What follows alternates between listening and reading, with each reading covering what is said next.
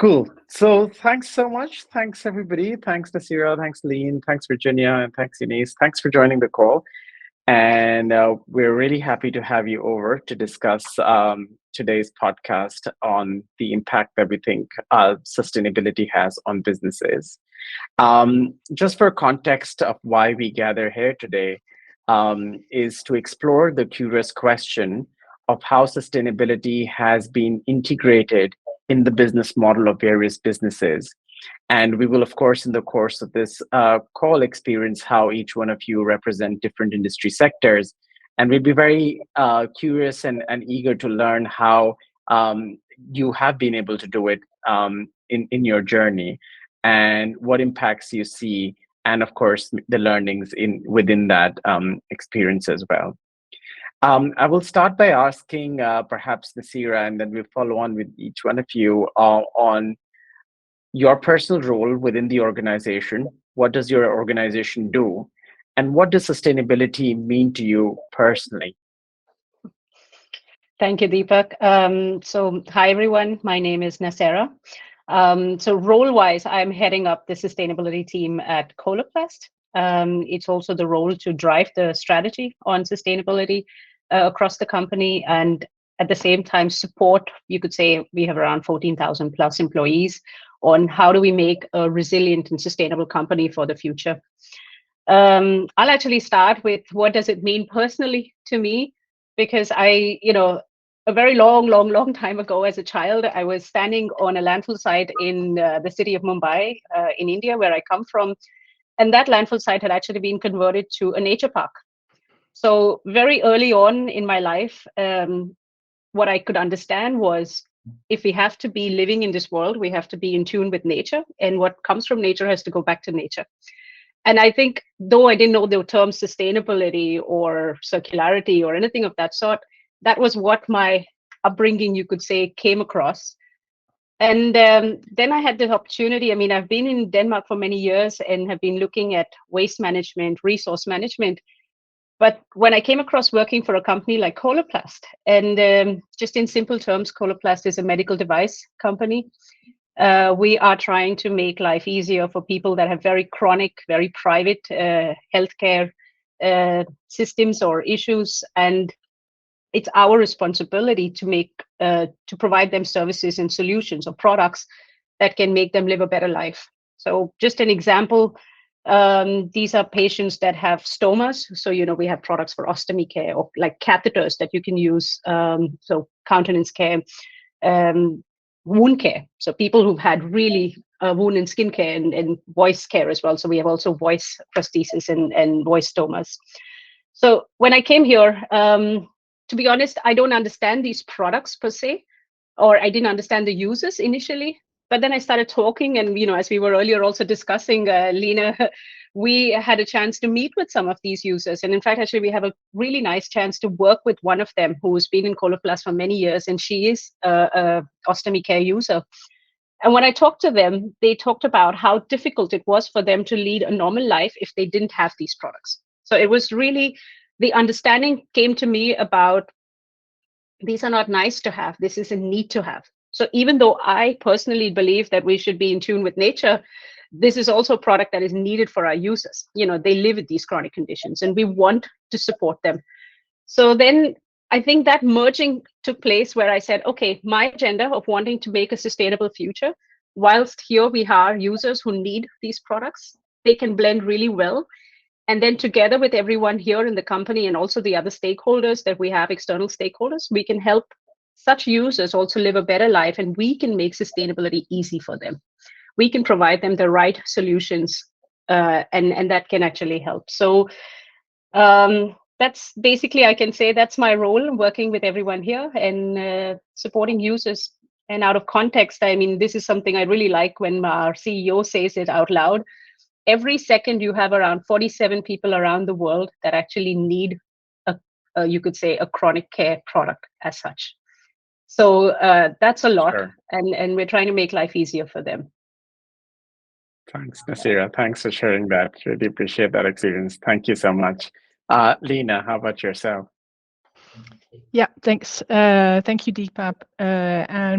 So I'm Lene Serpa. I'm head of corporate sustainability and ESG at AP Møller Maersk, which many people may know, the global container logistics firm. And we have as our mission, we've actually just launched earlier this year an updated purpose, corporate purpose statement, that we see it as our purpose to improve life for all by integrating the world. It's absolutely a very, very meaningful purpose for me personally, also to be part of. I've been with Maersk for 12 years almost, and prior to that have also worked with sustainability, innovation, stakeholder relations in other companies. And my role now as in Maersk is to lead the overall ESG sustainability strategy, governance, reporting, partnerships, and again also the more forward-looking transporting agenda for Maersk. The company has been through many changes, also just in the period while I've been here, and certainly before that. Of course, it's a company that has an over 100-year history. And I think this is one of the things probably we'll come back to during the podcast. You know, this actually also working with sustainability within these different, let's say, organizational constructs.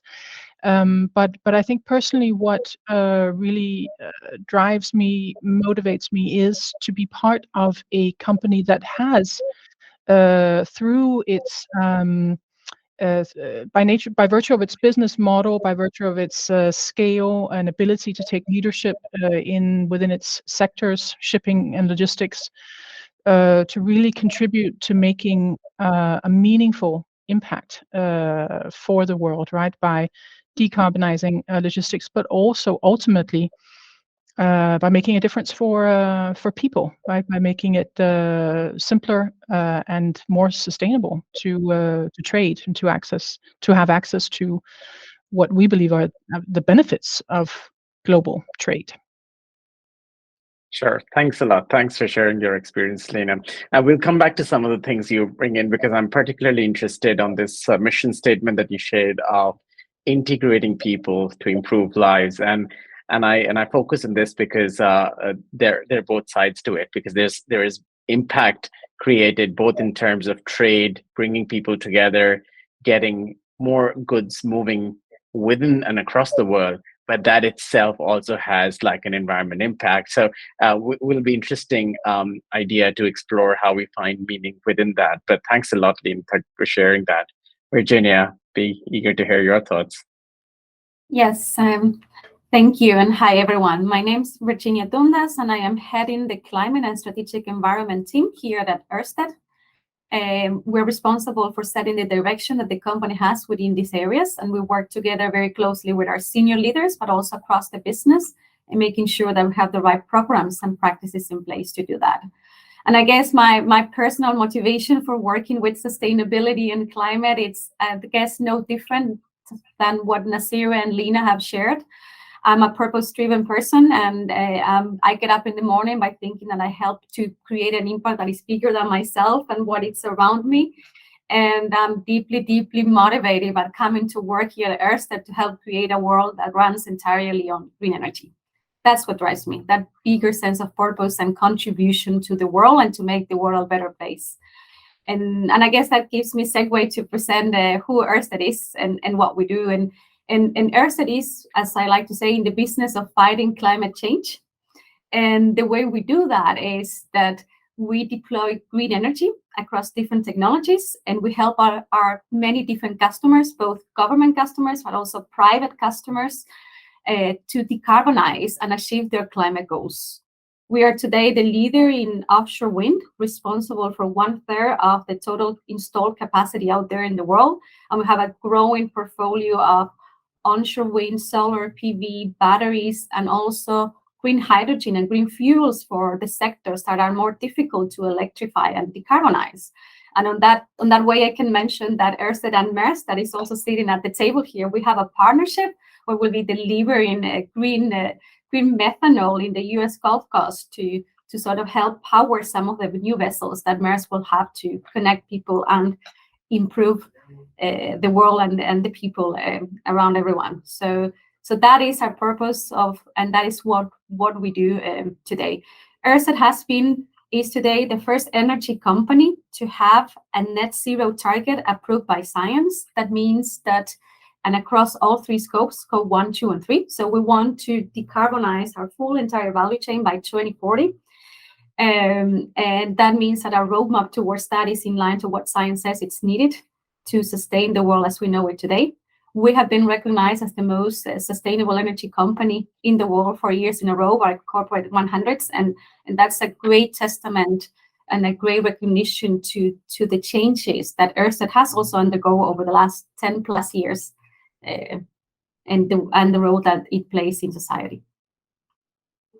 Thank you so much. Thanks for sharing that, Virginia. And you bring in some very important points, because my next question was going to be about collaboration, because, given the fact that you're in the renewable energy sector, you're kind of fundamentally a green company, which will have different kinds of challenges. Perhaps the challenges would be of the impact that integration of nature has with renewable energy, and that's another one we can talk about. But most importantly is how you collaborate with Maersk, for example, which is where we understand that we all need to come together for this change. And it's very encouraging to hear that you have kind of aggressive scope 3 targets, which many industries could find very challenging. But at the same time, we know that none of us can achieve it alone. So unless we achieve the other partners get their scope 3 targets as well, as a planet, we may still not succeed. So I think that's a very interesting theme here for us to discuss. So as we go ahead in the conversation, I'll come back to the context that we set right at the beginning. I would be very keen to hear from you how you think and sustainability has been integrated in your way that has led to clear increase in value. And Virginia, in your case, and maybe we could start with you, I know that Ørsted also went through a transition to be where it is today, and took a conscious choice to be a company that's close to 100% renewable. I'd be very eager to hear the journey, the story, and what value do you think you have today compared to being a non-renewable energy company? And this is more also targeting many other people who might be in this sector today and are looking forward to find a new kind of reality for them. So over to you. Yeah. Thank you. And I think sustainability has been at the core of the transformation, strategic transformation that Ørsted has undergone. And it essentially, what it has done for it has made Ørsted a profitable and sustainable business model long term. And I can put a few more words on explaining to that. Over a little bit over 10 years ago, Ørsted was actually known and had a different name. It was known as Danish Don Energy. That stands for Danish Oil and Natural Gas, and it used to be the most coal-intensive energy utility in Europe, with also upstream oil and gas divisions. So in a little bit over 10 years, we went from being a company fully dedicated to fossil fuels to being a company fully dedicated to renewables. And back then, when the transformation started, the company was under a lot of significant bottom line pressure. We were essentially losing money by the hour, and we didn't have a business model that was creating and enabling growth. And the company and the leaders at the moment decided to take a very bold decision to transform to green energy. Now, at that time, nobody thought that transformation was going to happen so fast, but it did happen so fast. And today, we have achieved a 90% share of green energy in the overall energy production that we do. We have reduced our scope 1 and 2 emissions, that is emissions from our own home, our own energy operations and generation, by 88%. And we're well on track to be at net zero in scope 1 and 2 in 3 years' time by 2025. And when we do so, we will be the first energy company to complete that transformation so quickly. Now, that's really, really great, but that's also what has happened has that transformation have made the company a lot more profitable. We have in this process more than double our EBITDA and earnings, and the majority of, and basically everything that we do and earn comes from investment in renewable energy. So we have transformed and essentially went from a business model that was a dying business model to having a business model and a strategy that is growing and is generating long-term sustainability for the company.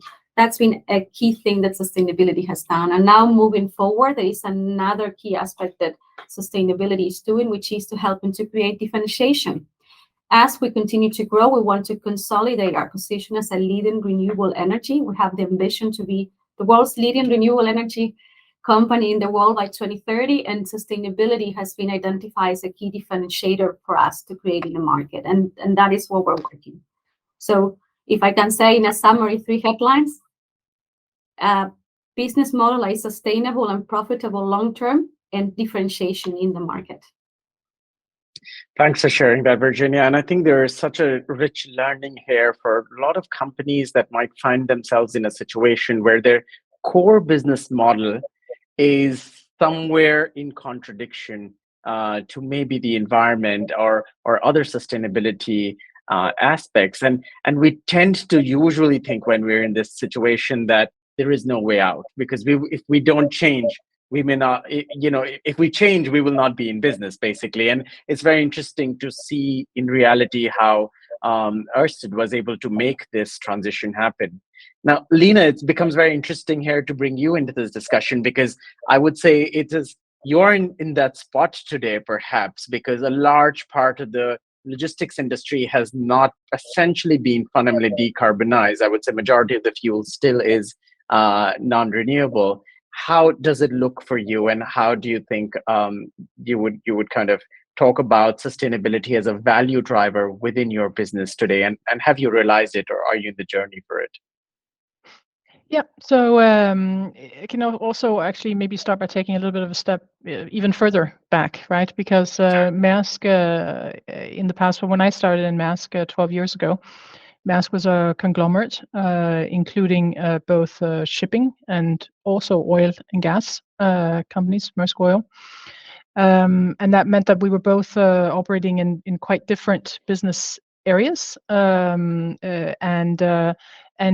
we also had, of course, a fundamental component of our business based on fossil fuels, much the same as Ørsted, right? So in 2016, the board of directors of Maersk decided a fundamental shift in change in strategy, which actually meant both that the company decided to exit the oil sector and become a fully integrated logistics company. So actually, with the intention, which we are now well on the way to grow in logistics and having a more customer-focused strategy, aiming to support our customers with end-to-end logistics services. So rather than only providing shipping, then thinking in terms of the entire logistics value chain, and really aiming to grow more in that direction. So that's the context, I would say, of the business strategy. So now within that, and then you could say in parallel, of course, we have seen the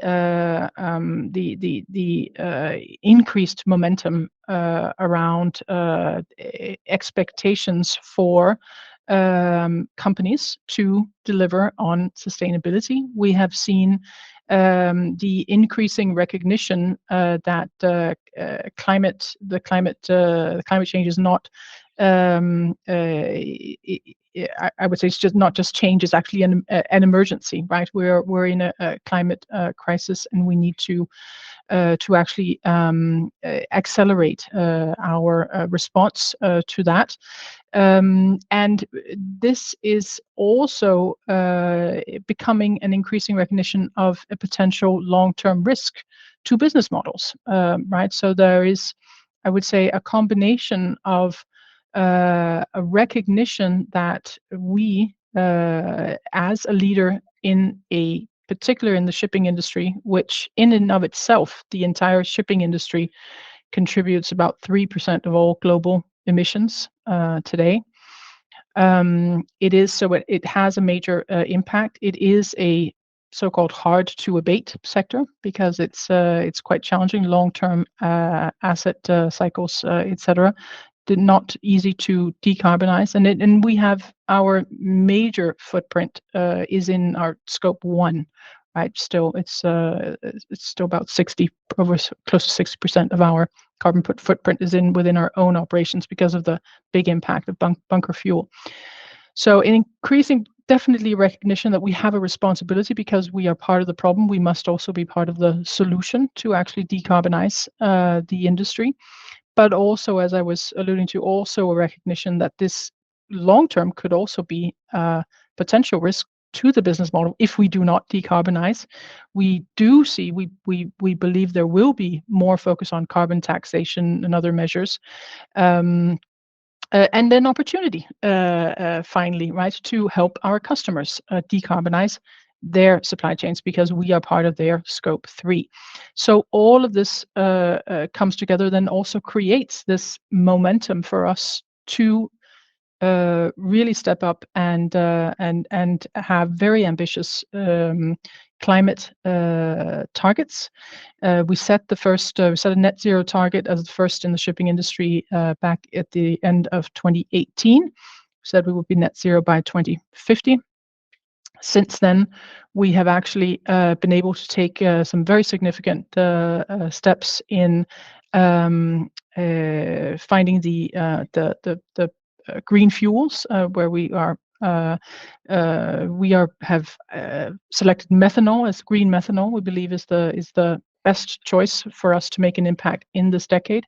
We are investing in vessels that can operate on green methanol. We are making partnerships such as with Ørsted and other fuel suppliers to actually ensure that this methanol is available at scale as we need.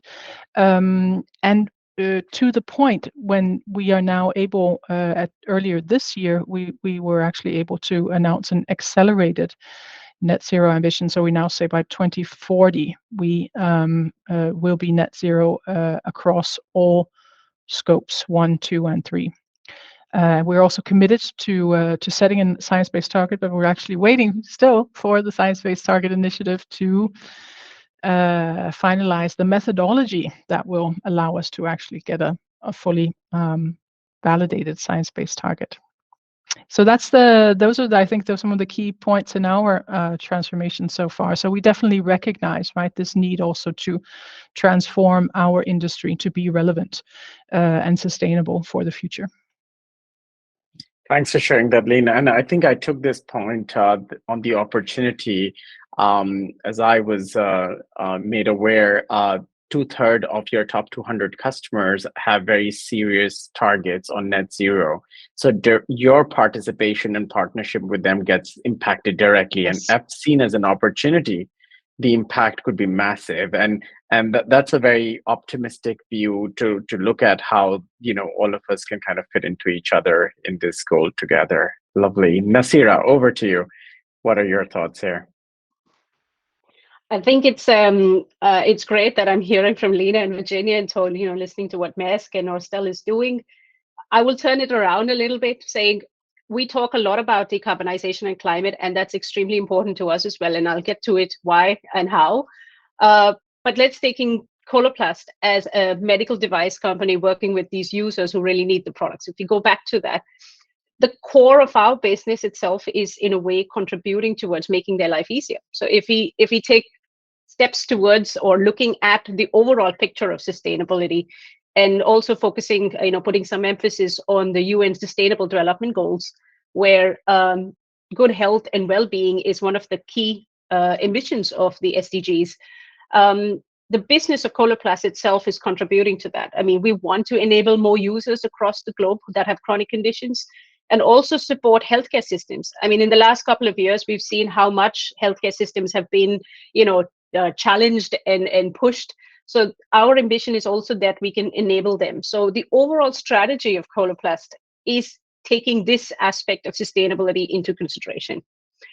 And Coloplast has been working with this for more than 60 years. But then they also said, all right, we have the environment as well as a key aspect. How do we then support the users, or how do we make their choices easier? So we've made sustainability and our ambitions on sustainability part of the core strategy. It's one of the enterprise themes. We have made now for 2 years, and one thing that I've learned, when I talk to people who've been here for more than that, there's something about focus. Everybody is like, we can't change the world in one go. So how do we focus? So we put our focus on improving our products and our packaging, and also reducing emissions. So from a decarbonization perspective, our ambition, we've aligned it with the Science Based Targets initiative. Our methodology has been validated, and our ambition is to reduce absolute emissions from our entire production by 2030.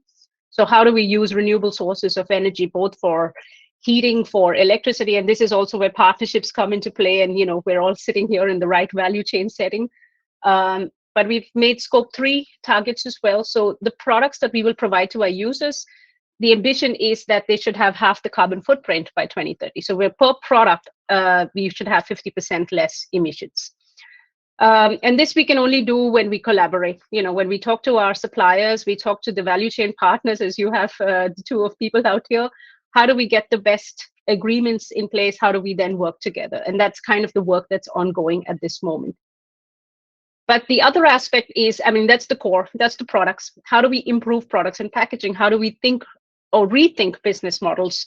So we've taken the eco-design principles of, different types of raw materials, increased recyclability, trying to find more recyclable and bio-based material that we can provide to our users. In these 5 years, we're really changing our packaging. That's one of the things when we talk to our users, they say, we can't live without the product, but can you do something about the packaging? That's almost half the amount that we get. So that's the one that we want to provide them with recyclable solutions, bio-based solutions that we can actually then, in a way, help contribute towards the circular sort of way of thinking. And at the same time, I think, our ambitions, or our, let's say the core knowledge is very much about how to define and innovate really interesting products that can work for such chronic conditions. But we don't have the best knowledge on recycling or recyclability. So one example of a partnership is we've entered into a partnership with around 14 different Danish partners, companies, research institutions, recycling technology companies as well, into a partnership called Circular Industrial Plastics.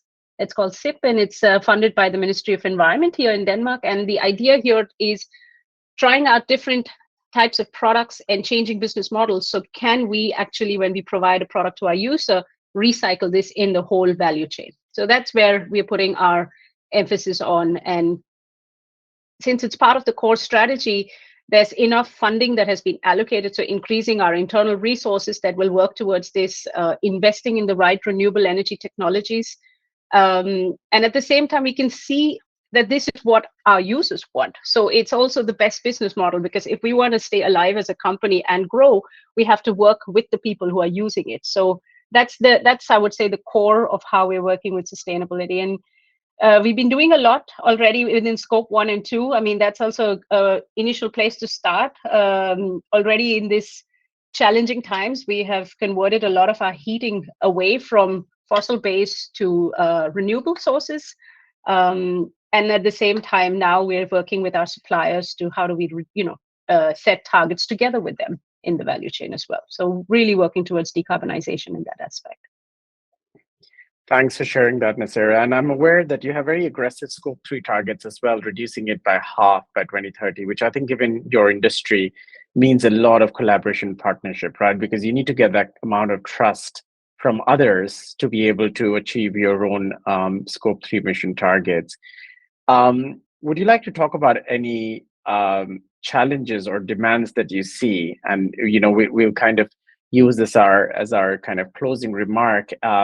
I would be happy to hear of either something that you wish you could see, which you think that is not happening today, and if that happened, that could really help you, especially on the scope 3 side, because we know that's most challenging for organizations, or something that you think that you've really achieved success in, and you would really wish that other industries or other organizations could learn from it and have it as a key takeaway from this talk today. I think this year and also the years before, we have seen a lot of supply chain challenges, and I know that's not unique to us; it's to everybody. But if we need to succeed and also succeed together with our partners, and since we have Ørsted here, Virginia, the renewable way is a very easy win, if I have to call it. That's something we can achieve in the near future, us as well as our partners as well. So that's really something we're working very hard on it, and we really hope our partners will work hard on it as well. Having said that, working with renewables, working with recycled materials, because I have to admit, we do use plastic in most of our products, and not that plastic is a bad material, but at the same time, we want to move away from that. So that requires a lot of research, and it also requires, I would say, people, policymakers or governments to rethink these decisions. How can we actually support this value chain as such? And that's one of the challenges we face, but at the same time, we also see it as an opportunity. So you will see more partnerships coming in from our end. And I think through this podcast and also just this dialogue, I think we are also reaching out to stakeholders saying, get informed. You can't expect a company or one organization to make all the changes all at once. So read up about what their ambitions are and then follow through on that as well. So that will actually help, the mini steps that you can take towards the actual big change. So that's the key input from our end. Thanks, Nassera. Lene, your thoughts, is there something you'd like to kind of share to your industry, which I think across the world may find, I'm aware that usually Nordic companies are quite on the, explorative and taking these challenges very well. And we're already hearing some phenomenal stories. Is there anything you'd like to share with the larger world and people within your industry or related industries that can learn from what Maersk has experienced? And also something you wish you would take away if there was something better that could help Maersk in its own journey to achieve your sustainability targets? Yes, well, those are big questions, right? So I think the main thing that is on my mind currently is that given the challenges that we see now in the world, right? We're facing a upcoming recession, likely. There's inflationary pressures. We have an energy crisis in Europe. We have a war on our doorsteps here in Europe as well.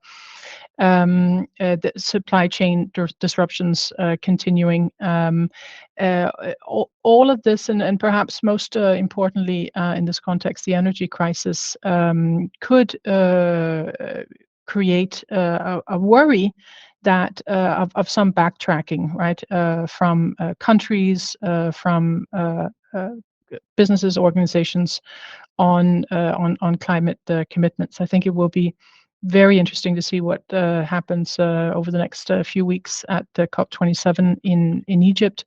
And I think so. To me, this feels like a very critical juncture that we are all in as a global community, and really important that we don't backtrack, but that we keep focus on the green transition. That's so important.